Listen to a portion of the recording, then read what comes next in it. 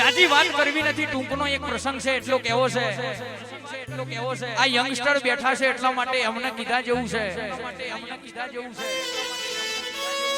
એક સમયની એવી વાત છે, એક ભાઈને 9મો મહિનો જાય છે અને હોજ પડીને સમાચાર આયા કે એના ધણીનું એક્સિડન્ટ થઈ ગયું છે અને મૃત્યુ પામી ગયો છે. પેલી ભાઈને સમાચાર મળ્યા કે તમારો ધણી હવે આ દુનિયામાં રહ્યો નથી. અન પેટે 9મો મહિનો જાય છે. ગમે તે કરી દાણા તો જતા રહેશે, પણ મારા પેટે કદાચ ખોળાનો ખૂંદનારો મારી બાપની માતા મારી કુળદેવી મને દેશે. અને સમય જતા એવું બન્યું કે 9 મહિને ને 13 દાડે એના દેવ જેવો દીકરો ભગવાને આલ્યો બા.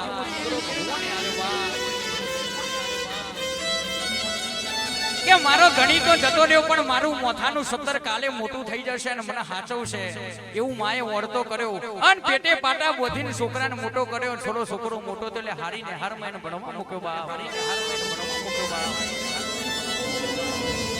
ભણતો જાય એમ દાણા જતા ને છોકરો મોટો થયો એટલે હારા ગોમ એનું હક પણ કર્યું બા. ગોમના મુખીએ વિચાર્યું કે આ રોડેની વહી છે અને એકના એક દીકરો છે, લાઈને હારા ગોમ એને ઓગળી કરું તો એનું હગું થઈ જાય. મુખીના પડતા એનું હગું હારા ગોમ થઈ ગયું છે.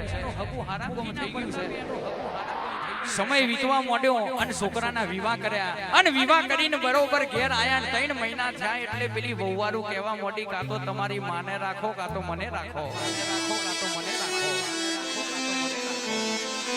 એટલે પેલી માં કહેવા માંડી, અરે આ દીકરો જણ્યો એના કરતો તો મેં પથરો જણ્યો હોત તો કાલ લુગડો ધોવા થોત બા.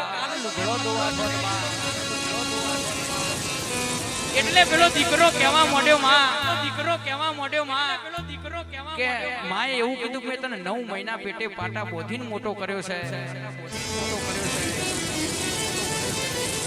એટલે દીકરો કે એમાં 9 મહિના મને હાચવે એમાં શું મોટી વાત કરી છે તમે. એટલે પ્રવીણભાઈ પેલા છોકરાને માએ એવું કીધું કે એક રાત 9 કિલોનો પથરો તું તારા પેટે બોધીને હુઈ જા અને તને ઊંઘ આવે તો મોણજે કે મેં કદાચ તારા જેવા નથી એમને જણ્યો છે.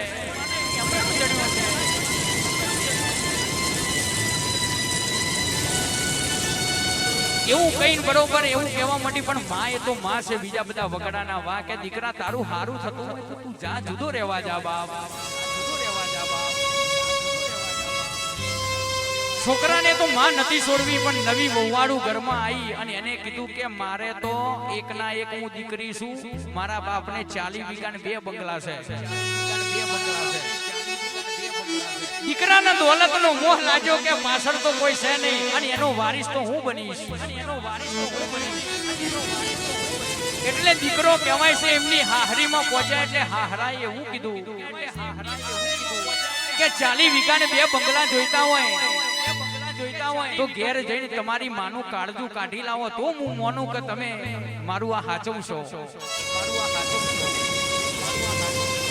પણ કહેવાય છે મિલકતનો જેને મોહ લાગે કોઈ દાડો ભાઈ ના જોવે, બાપ ના જોવે. મિલકતનો મોહ લાગ્યો હોય કોણ સંભાળે એને. દીકરો ઘેર આવ્યો અને જૂની ઓયડીમાં માં ઊંઘી હતી. માને ચક્કુ મારીને એનું કાળજું કાઢીને હેડતો થઈ ગયો વા.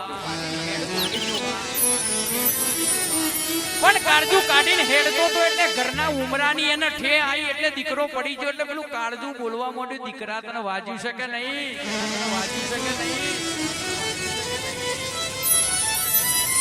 લોહીનો ના થાય કોઈનો ના થાય એ કહેવત આજે ઈમનમ નથી કહેવાતી. બરોબર કાળજું લઈને છોકરો હાહરીએ પહોંચ્યો અને બરોબર હાહરાને કીધું કે લ્યો મારી માનું કાળજું કાઢીને લાવ્યો છે. એટલે હાહરો બોલ્યો કે તું તારી માનો નથી થયો તો અમારો શું થવાનો. કેદારની આ કહેવત પડી છે કે લોહીનો ના થાય કોઈનો ના થાય, થો તો તમારા માવીતરના થાજો, તમારા ભાઈના થાજો. પછી એમ નથી કહેતો તમારા